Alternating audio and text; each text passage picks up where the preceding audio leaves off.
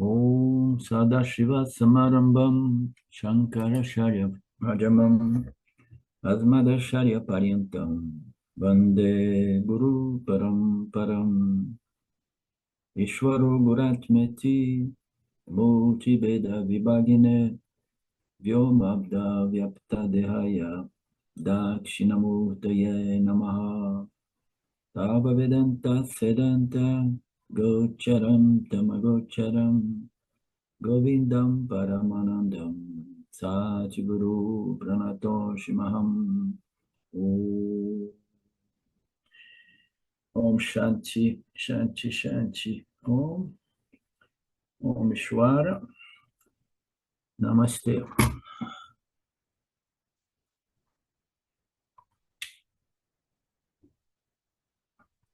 Ok.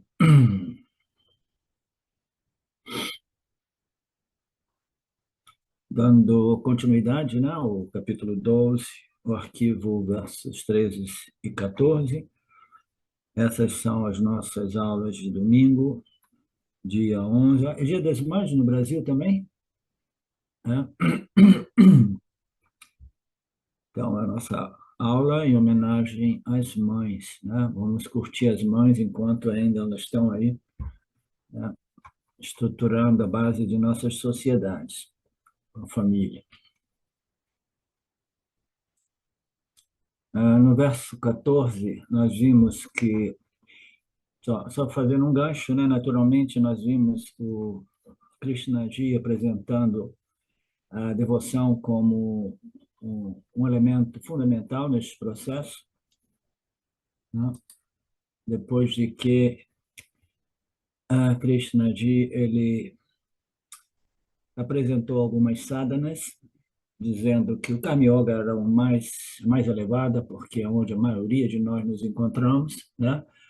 A melhor, mais elevada é aquela yoga que observa o Dharma e compreende o relacionamento com Ishvara e suas leis, de tal modo que o indivíduo ele vai neutralizando, educando ou não, purificando e refinando o Mister Ego, né? O Mister Ego ele vai ser sofisticadamente purificado e refinado através do Karma Yoga. E aí, no final das contas, ele apresenta essas yogas do ponto de vista, mais uma vez, da atitude devocional, em alguns versos, né? Krishna Guru disse, e entre todos os meus devotos, o Yani, aquele que é um Yani Yogi, né? É o devoto mais elevado. Por quê? Porque ele compreendeu que não existe nenhuma separação, divisão ou distância entre a minha natureza e a natureza dele, né? Então, este Yani é o Bhakta mais querido, assim por dizer, né? Ele é o mais íntimo, porque ele reconheceu a intimidade, a identidade dele em termos de sua natureza em Brahman, como Brahman. Aí, como sempre surge em nossos textos, Krishna começa, aí ele, Arjuna faz uma questão, né, uma pergunta, e como é que se comporta, como é que ele se conduz no mundo, esse ano, etc, etc, dando a oportunidade a Krishna de, mais uma vez, apresentar os benefícios, né, eu disse ontem, os custos nós sabemos, né, é uma vida de muita coragem, muita força, muita disciplina de nadar contra essa corrente cósmica universal de ignorância, que é viver governado pelos meus gostos e desgostos, quereres e não quereres, né? Então, o custo existe, nós sabemos, a maioria das pessoas entra em contato com Vedanta, dá uma flertada, mas quando eles reconhecem o custo, Mariné, quase que invariavelmente eles dizem assim, não, não é para mim, né? Tem muito custo envolvido, né? Isso é a grandíssima maioria. Nesse grupo nosso do Vedanta Brasil, milhares de pessoas entraram, flertaram e compreendendo que o Vedanta de verdade, um guru de verdade não faz falsas promessas, né? Então, é uma vida, é um projeto de vida, como eu costumo dizer, não existe nenhum resultado instantâneo. E aí a maioria das pessoas simplesmente elas dizem, não, o custo é muito alto, o benefício parece ser legal, mas é um pouco estranho, né? É um pouco estranho esse benefício, porque eu não vou desenvolver nenhum poderes especiais, não vou desenvolver, né, a capacidade de fazer uma leitura da mente do meu marido, não vou conseguir levitar, não vou conseguir fazer viagens interdimensionais, né? Então, o indivíduo ele coloca o benefício e o benefício que ele quer invariavelmente é o quê? São experiências extraordinárias, né? Ou poderes extraordinários. O benefício que quase todo mundo quer é isso, porque o indivíduo está totalmente condicionado à ideia de que a experiência é tudo, né? Então, o valor pelo autoconhecimento é algo raro de se encontrar entre os, assim ditos, buscadores espirituais, né? Então, tendo dito isso, né, o indivíduo, ele simplesmente, ele, ele flerta com Vedanta e vai embora, porque o benefício não é tão, não convence tanta pessoa, porque as pessoas querem um benefício puramente experiencial, misticamente, entendeu? Como como poderes, né, psíquicos, poderes psíquicos, né? E, por outro lado, o custo é muito grande, porque, né, você desenvolver uma mente bem estabelecida nesta condição pacificada, né, nesta condição de Shanti, apesar das circunstâncias do Parabada Karma do indivíduo, requer muita preparação, muita assimilação, muita disciplina, né? E para quê? Só para mim, né? Eu tomo um remedinho, aí eu tranquilizo a minha mente, sem ter que passar por tudo isso, né? Então, a indústria farmacêutica, muito provavelmente, no futuro próximo, se a espiritualidade sobreviver a tudo isso, ela vai oferecer uma pílula espiritual. Você pode escrever isso, tá? Eles vão oferecer uma pílula espiritual para toda essa galera que está querendo ir para a espiritualidade, dizendo, você toma isso aí e você vai experimentar Samadhi, tá? Ah, então, nós, do Vedanta Brasil, vocês são pessoas de muita coragem, de muita força, de muita determinação em nadar contra essa corrente potente da ignorância, né? E o Yin Yogi é o devoto mais elevado, mais preparado, mais purificado. E quando ele se torna um Yoni, aí a mente dele está bem estabelecida, foi pacificada através do Yama. Você pode pacificar através da supressão dos pensamentos, mas a mente se modifica, como vocês sabem, depois do esforço de disciplina de manter a mente suprimida ou focado num objeto qualquer, a mente se modifica de acordo com a sua configuração gúnica. Como mudar completamente a configuração dos gunas na mente do indivíduo? Aquela configuração de base. Cada um de nós tem uma configuração ligeiramente diferente, todas elas originadas das três energias, né? Então, como fazer essa modificação? O autoconhecimento estabelece a mente do indivíduo, né, numa condição dominada por um excesso de sattva guna, tá? Porque o autoconhecimento vai atacar os rajas e tamas. Os rajas, eles se manifestam como desejos de correr para ver, evitar e manter. Isso causa grande perturbação mental e emocional. Os tamas, excesso de tamas se manifesta como uma apatia, uma preguiça, né, uma tendência a procrastinar, né, e ficar delirando sem realmente colocar no campo o esforço necessário para experimentar essa paz e a felicidade que todos buscamos, né? Então, o único modo é você estabelecer a mente dominada por Sattvaguna, e isso só é possível através da conversão de excesso de Rajoguna e Tamoguna em mais Sattvaguna. Muito simples, a equação é simples. Como é que eu vou manter uma mente dominada por Sattvaguna? Ah, Alexandre, como? Né? O James, no passado, escreveu um livrinho dizendo, falando sobre Guna Management, né? Administrar os gunas. Eu nem me interessei por aquele livro porque eu achei ele um pouco utópico. É como se você observasse, eu estou rajásico, agora chama Sattvaguna, chama Sattvaguna. Não, isso é um trabalho muito mais profundo, a administração não é feita assim, entendeu? A administração é feita através de um processo gradual, né, de assimilação dessa sabedoria espiritual, que vai destruindo aquela ideia de que eu tenho que correr para ver, obter os meus objetos de sonhos. Como é que um indivíduo vai parar de correr atrás de todos esses objetos de desejo?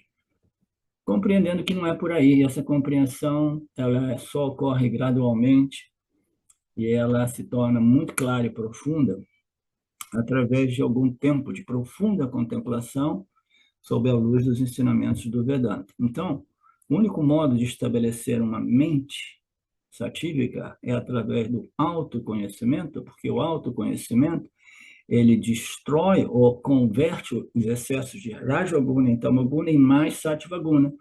Então, uma mente satívica, ela que já tinha o conhecimento teórico quando ela não era um Jnani, ela mantém o conhecimento porque a mente agora está dominada por Sattvaguna, tá?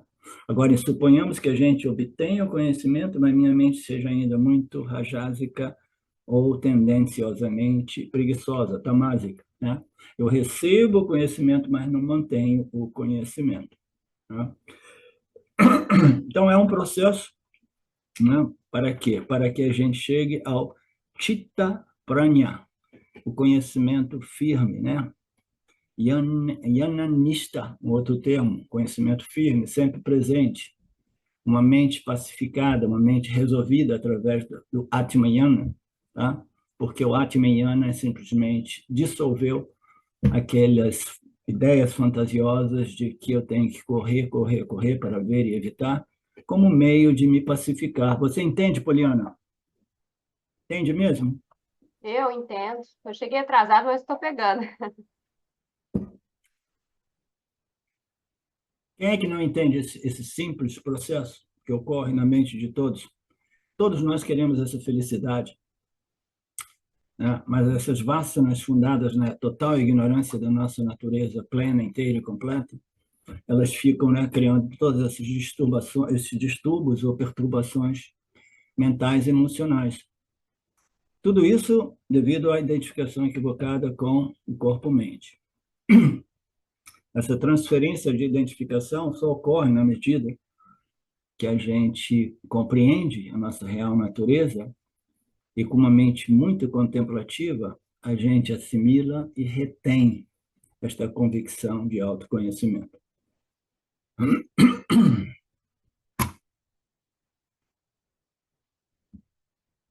Você entende, Marilete?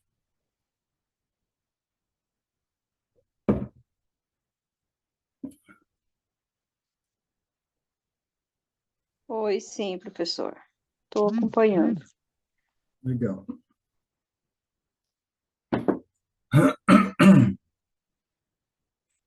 Hoje eu vou ficar batendo um pouco de papo com vocês. Estou meio cansado com essa história de tentar fugir de volta para o Brasil.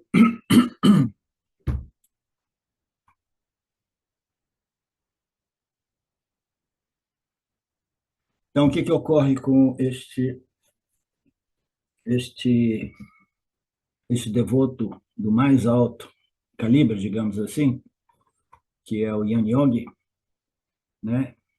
Ele permanece satisfeito, feliz, pacificado em si mesmo, por si mesmo.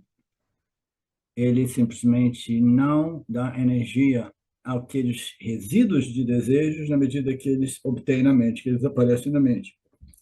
Ele obteve a disciplina de dizer não, obrigado, não, obrigado, não, obrigado, sim, pode entrar, né? E é dito ser um uma pessoa de conhecimento firme, né? Firme, firme, firme.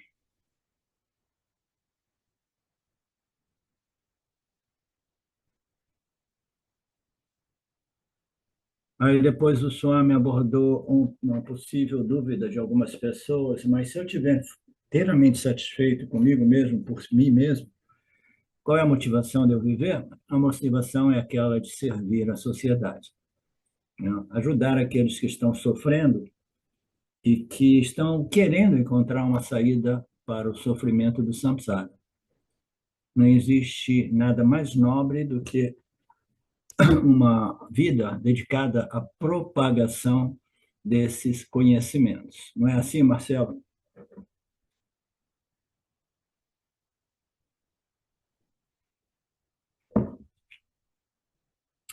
Sem dúvidas.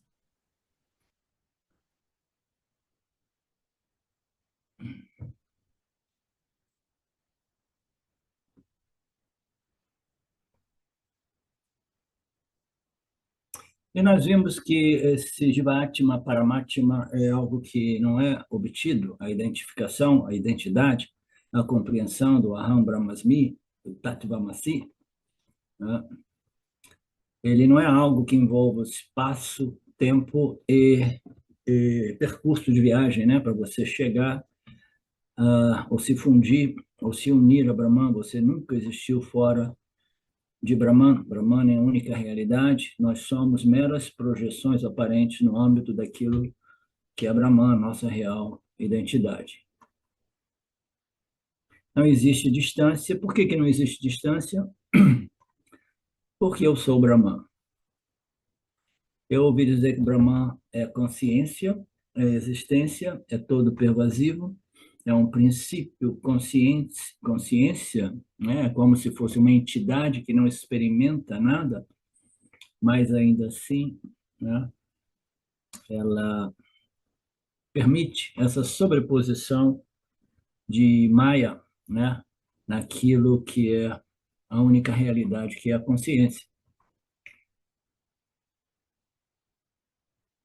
Então, a gente não precisa de ir para lugar nenhum. Ah, não, mas se eu for para Brahma Loka ou qualquer outra dessas locas, né?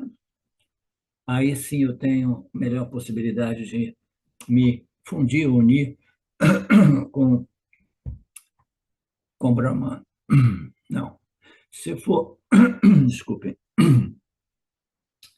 se você for para Brahma Loka, você não vai encontrar Brahman na Brahma Loka, né? Você vai encontrar Brahma. Você vai encontrar Brahmaji, o Criador. Você vai encontrar Ishvara em Brahmaloka, né? Mas o Brahmaloka, né? E Brahmaji no Brahmaloka, ele contém todo o conhecimento, inclusive o conhecimento dos Vedas, toda a sabedoria espiritual é contida na mente desse Saguna Deus, e é dito que se você for lá, você vai receber esses ensinamentos diretamente da boca do leão ou do cavalo, né? Então, você teve o privilégio de receber agora diretamente da boca de Ishvara, ou Brahmaji. Mas Brahman, não. Para você ir lá encontrar Brahmaji, você tem que realmente fazer muito esforço e você vai ter que percorrer todas essas locas superiores até chegar lá. Dizem que é muito difícil, né, que é muita sadhana, muito tapas, é algo que não interessa a nenhum buscador sério do autoconhecimento e moksha aqui e agora, nesta encarnação, né? Eu tenho um aluno inglês que ele tem essas tendências um pouco esotéricas e ele tem um bom autoconhecimento, mas ainda assim ele ainda tem algumas dessas noções residuais de que não, eu preciso de um plano B. O plano B é que se eu não obtiver isso aqui nesta vida, enquanto encarnado neste corpo, eu quero chegar lá em Brahmaloka para receber os ensinamentos diretamente de Ishvara, ou Brahmaji, de modo que eu seja liberado em Brahmaloka, né? Então, eu já falei para ele, olha, se você não apostar tudo em Jivanmukta, que é o autoconhecimento que liberta aqui e agora enquanto encarnado, se você estiver ainda fazendo fantasias de que talvez você precise um backup plan, um plano B, isso talvez possa minar a sua determinação, né? Sua convicção, mas isso é algo que, né, depende de cada um de nós. Ok. Não existe processo de união, de se fundir, né? Nós vimos tudo isso ontem.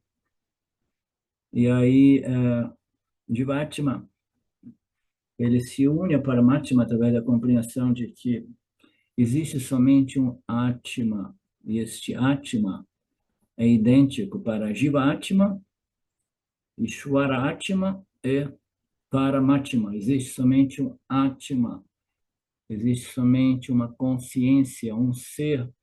É isso que significa a não dualidade, que poucas pessoas compreendem. A maioria das pessoas por aí, elas pensam que a não dualidade seja sinônimo de unidade, né? Aí fala assim, não, não, nós somos todos um, vamos dar um abração aqui, a gente vai ser todos, nós somos um, com as árvores, com o reino vegetal. Não, em Mitya, a diversidade e a pluralidade é lei. Em Satya, existe somente uma realidade, sem nenhuma pluralidade, sem nenhuma diversidade, né? Eu sou Satya, o mundo é Mitya, o mundo da pluralidade e diversidade. É por isso que nós dizemos que Satya, né, essa compreensão da minha natureza em Satya, como consciência ou como Brahman, é um todo inteiro e completo, sem nenhuma parte. É um todo sem partes, é importante compreender isso. A não dualidade, ou digamos assim, a totalidade, a unidade de Brahman, é uma totalidade sem partes alguma, porque não existe nada além da consciência. Tudo isso é uma projeção idêntica, igual àquela que ocorre no estado de sonho durante a noite.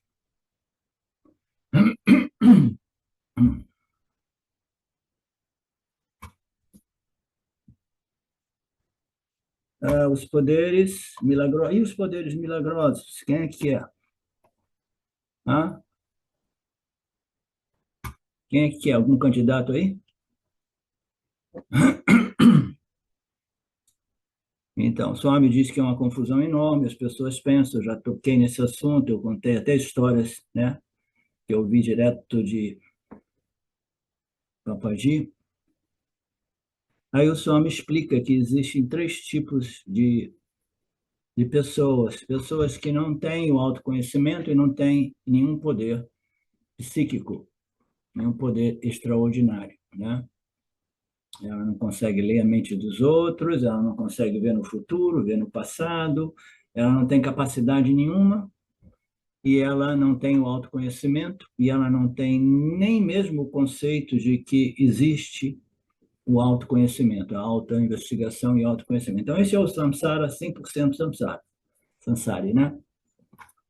Aí depois existem aqueles buscadores espirituais que não obtêm o autoconhecimento e que não desenvolvem nenhum poderes mágicos, né?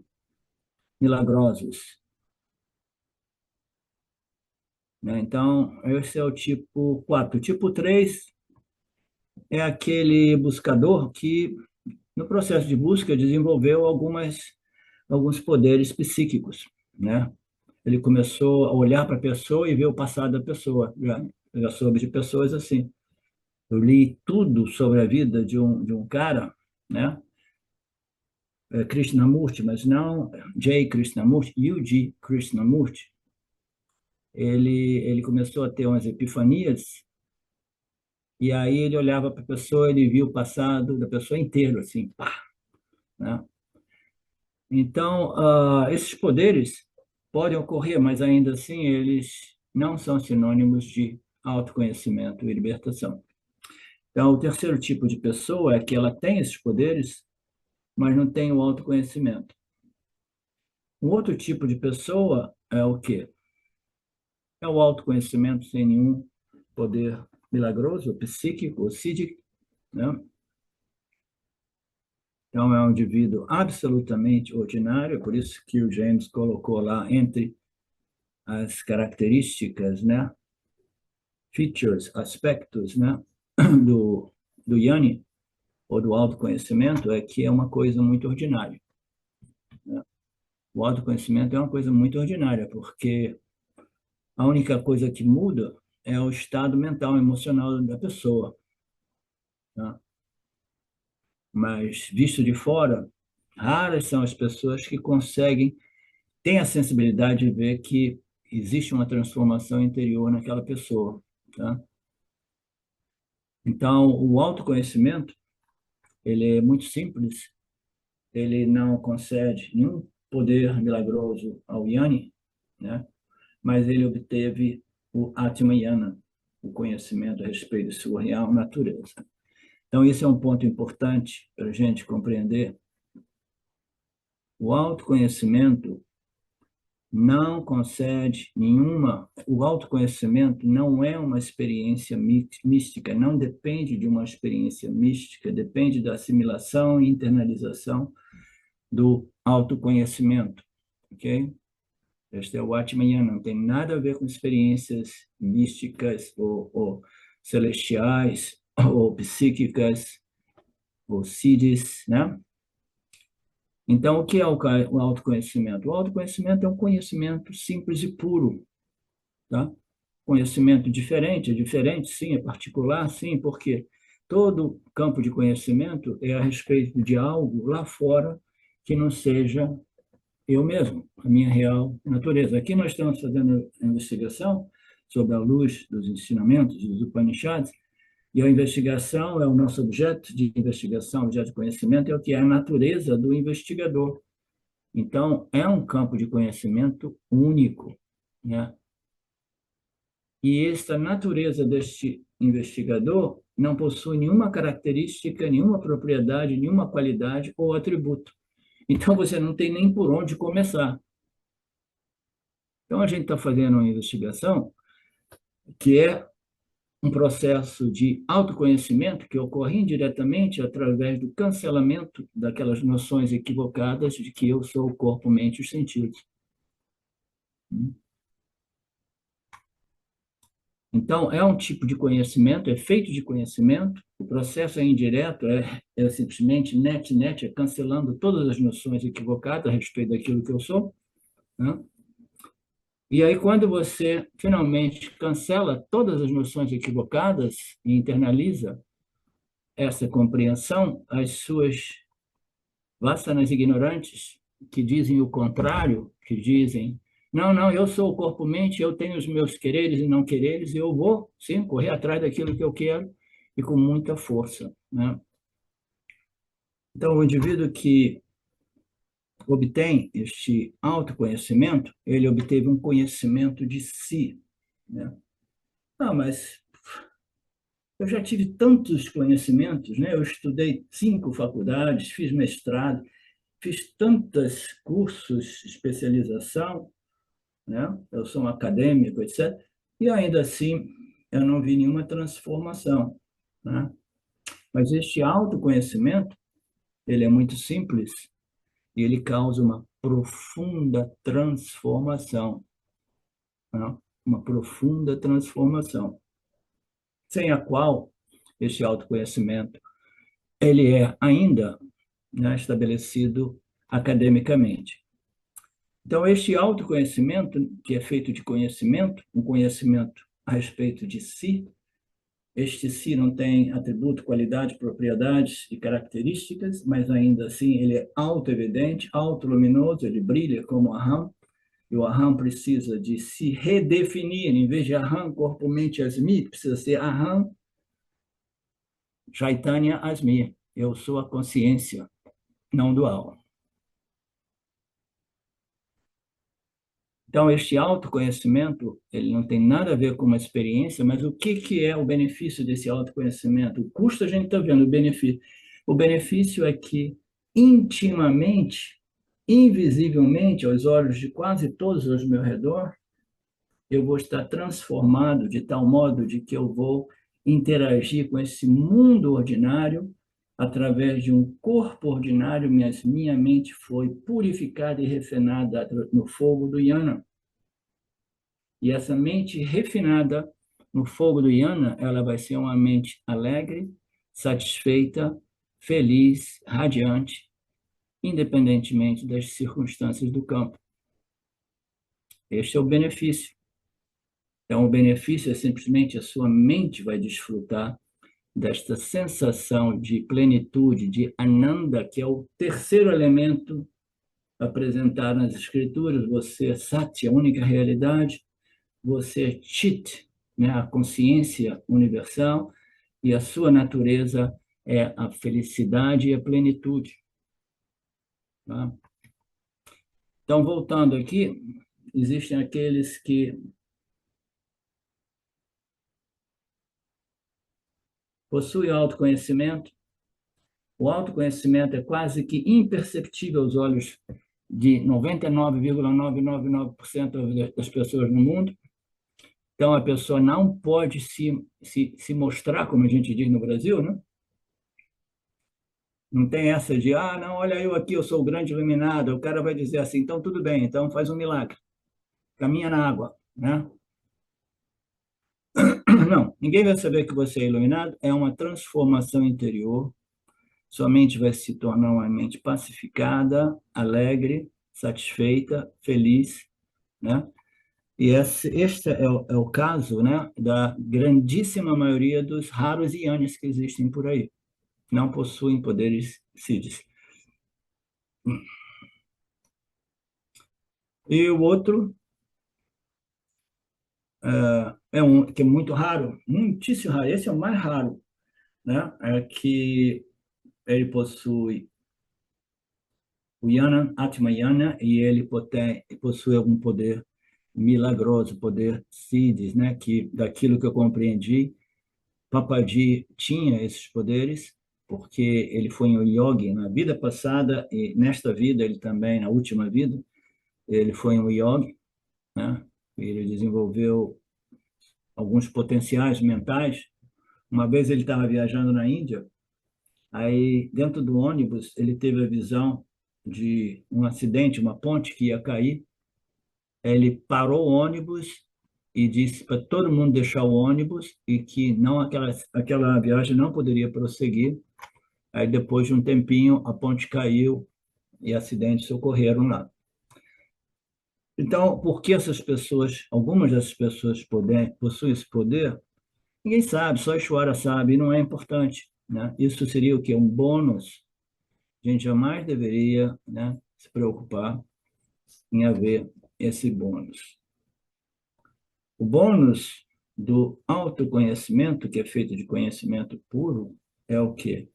Esta força, esta alegria, né? Esta imunidade às crises da vida, essa capacidade equânime de lidar com os prazeres e as dores, né? Este é o real bônus do Atmayana. Esses outros poderes são outros bônus, né?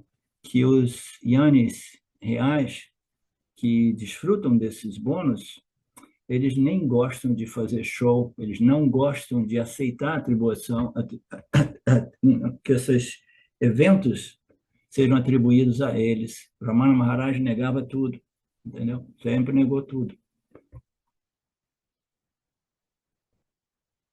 Então, a gente só precisa do Atmiyana para nos liberarmos da problemática do samsara.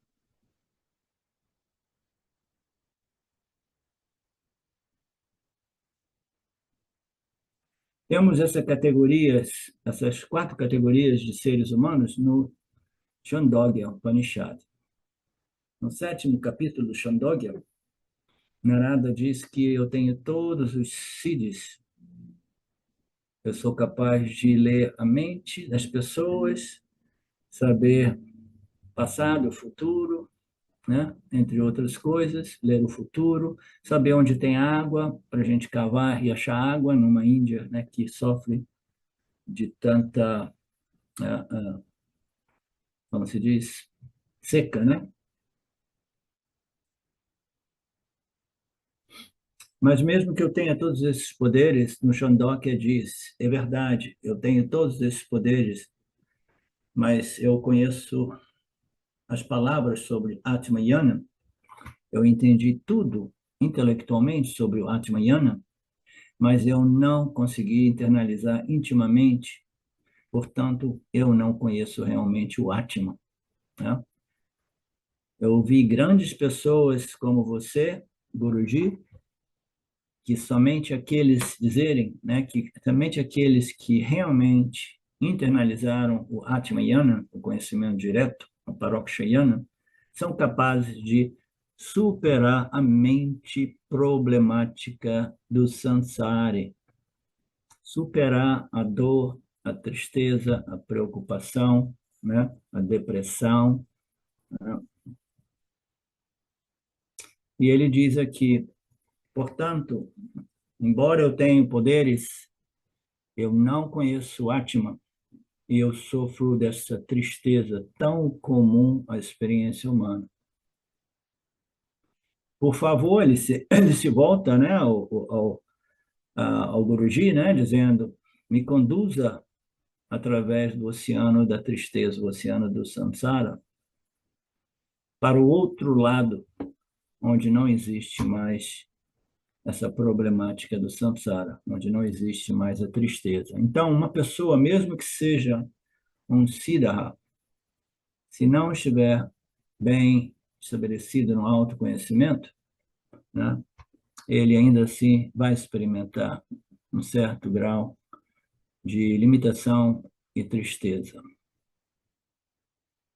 Dizem que esses siddhis, às vezes, eles conseguem viver por centenas de anos.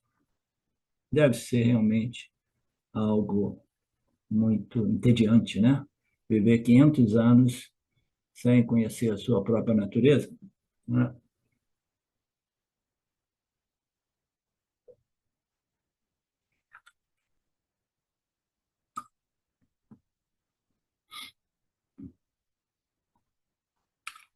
Ok, vamos passar para o outro texto, versos 14 e 15. O Swami vai dar um recap, lembrando mais uma vez que o Bhakta mais elevado é o Jnana Yoga, o devoto mais elevado é o Jnana Yoga.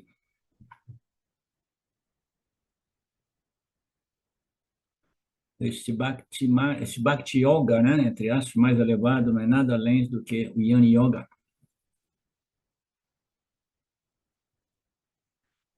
Que aquele que passou, mais uma vez, essa lembrança, né, esta Atmayana se estabelece firmemente e claramente para aquele que passou com sucesso através dos 5 níveis, 5 estágios de sadhanas, onde todas elas envolvem a devoção. Então, os 2 níveis de Karma Yoga, né? Os 2 níveis de Upasana Yoga e o Jnana Yoga, né? Que é subdividido em 3 níveis também. A gente pode dizer 5 níveis ou 7 níveis, né? Shravanam, Mananam e Nididhyasana. Somente então, aquele que passou por todo esse processo sem pular nada, necessariamente, garantidamente, ele se torna um sábio, um Jnani, no que foi chamado de Stira Pranaha, no 2º capítulo do Gita.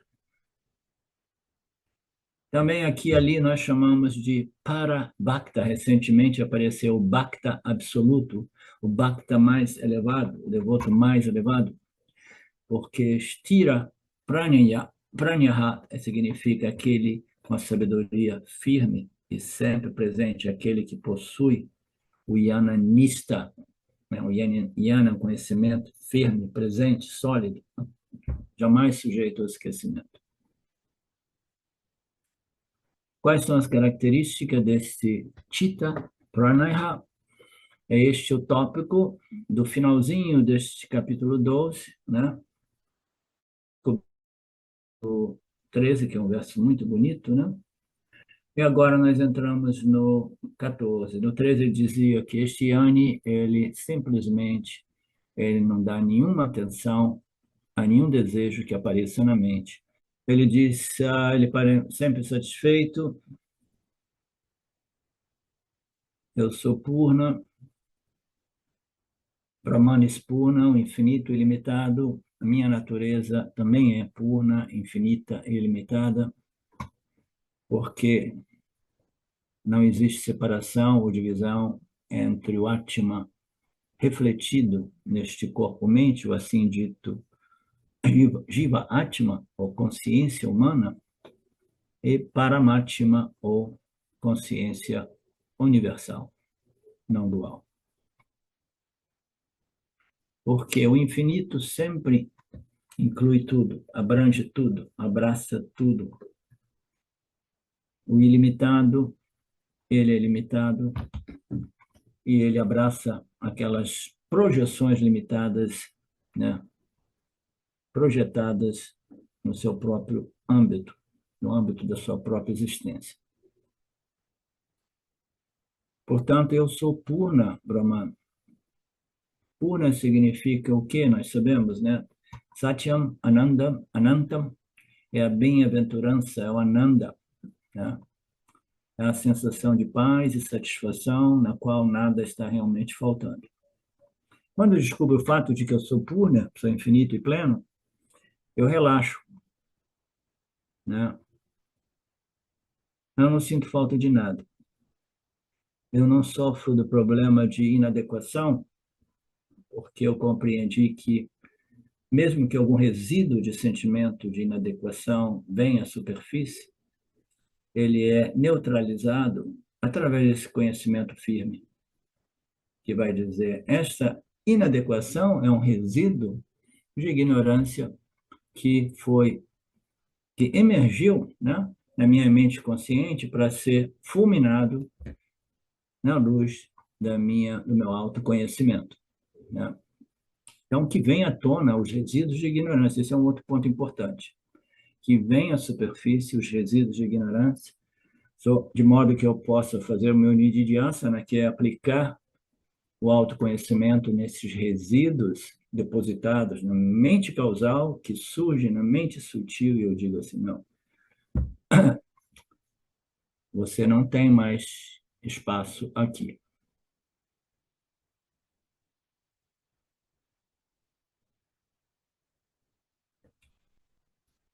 Então, não me falta nada na vida, é a sensação do Yanni. Enquanto me faltar algo, eu vou me sentir o quê? Incompleto, inquieto, agitado, né? Frustrado, né? E a vida, para mim, é vista como um fardo. É fardo que se diz? Uma luta, um fardo, uma coisa pesada, né? Que eu tenho que... Até que eu descubra que, do ponto de vista daquilo que eu realmente sou, não me falta nada. Mas como é que é isso? Como é que não falta nada? Não, pode faltar alguma coisa. Pode faltar um documento para você viajar para um outro país. Pode faltar isso, pode faltar aquilo, entendeu? Mas essas faltas, elas não têm o poder de realmente, né, abalar a condição mental e emocional do Yang, né?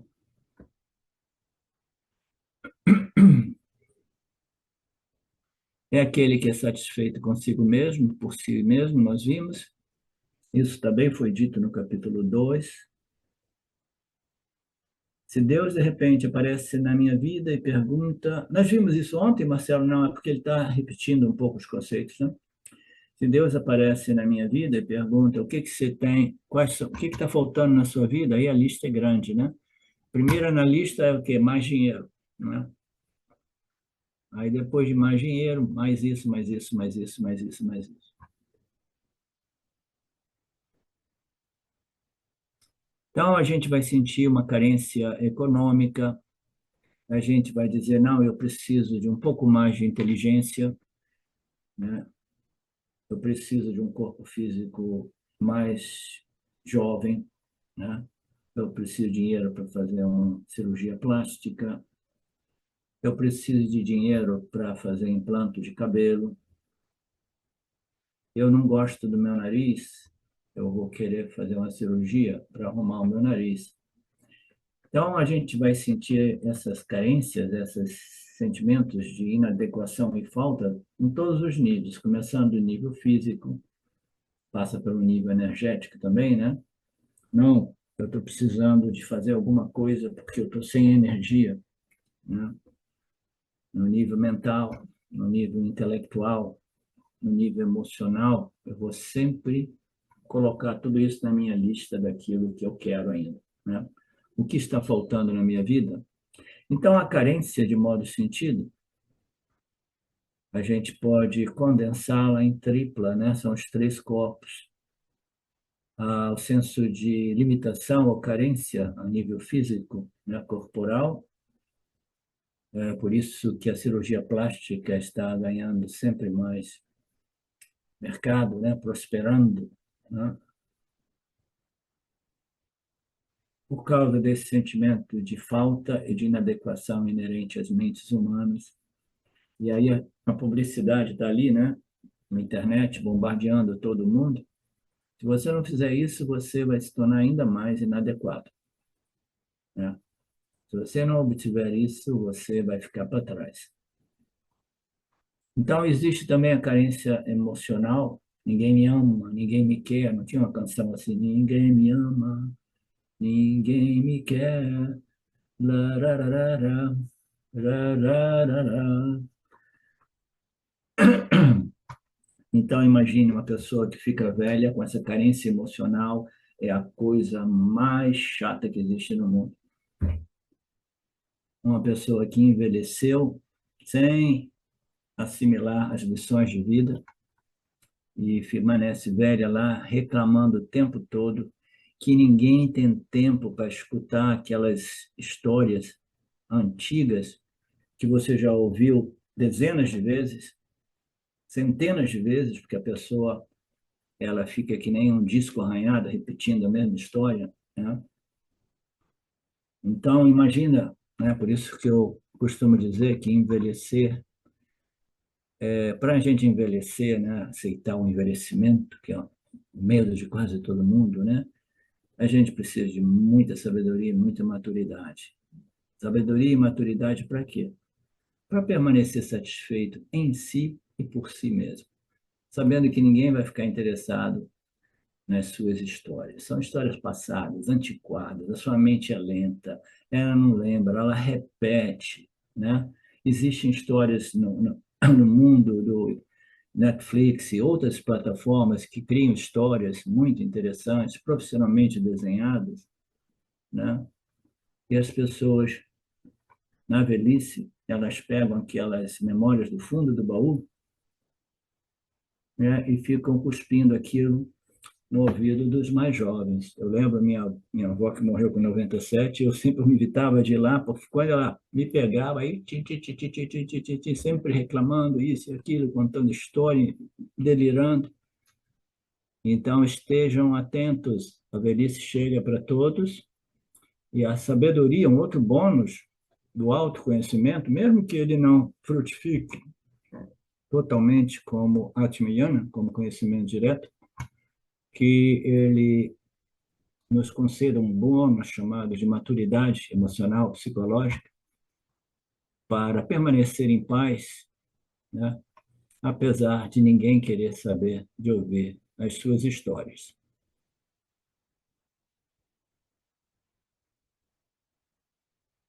Aí tem a carência intelectual, como nós vimos, né?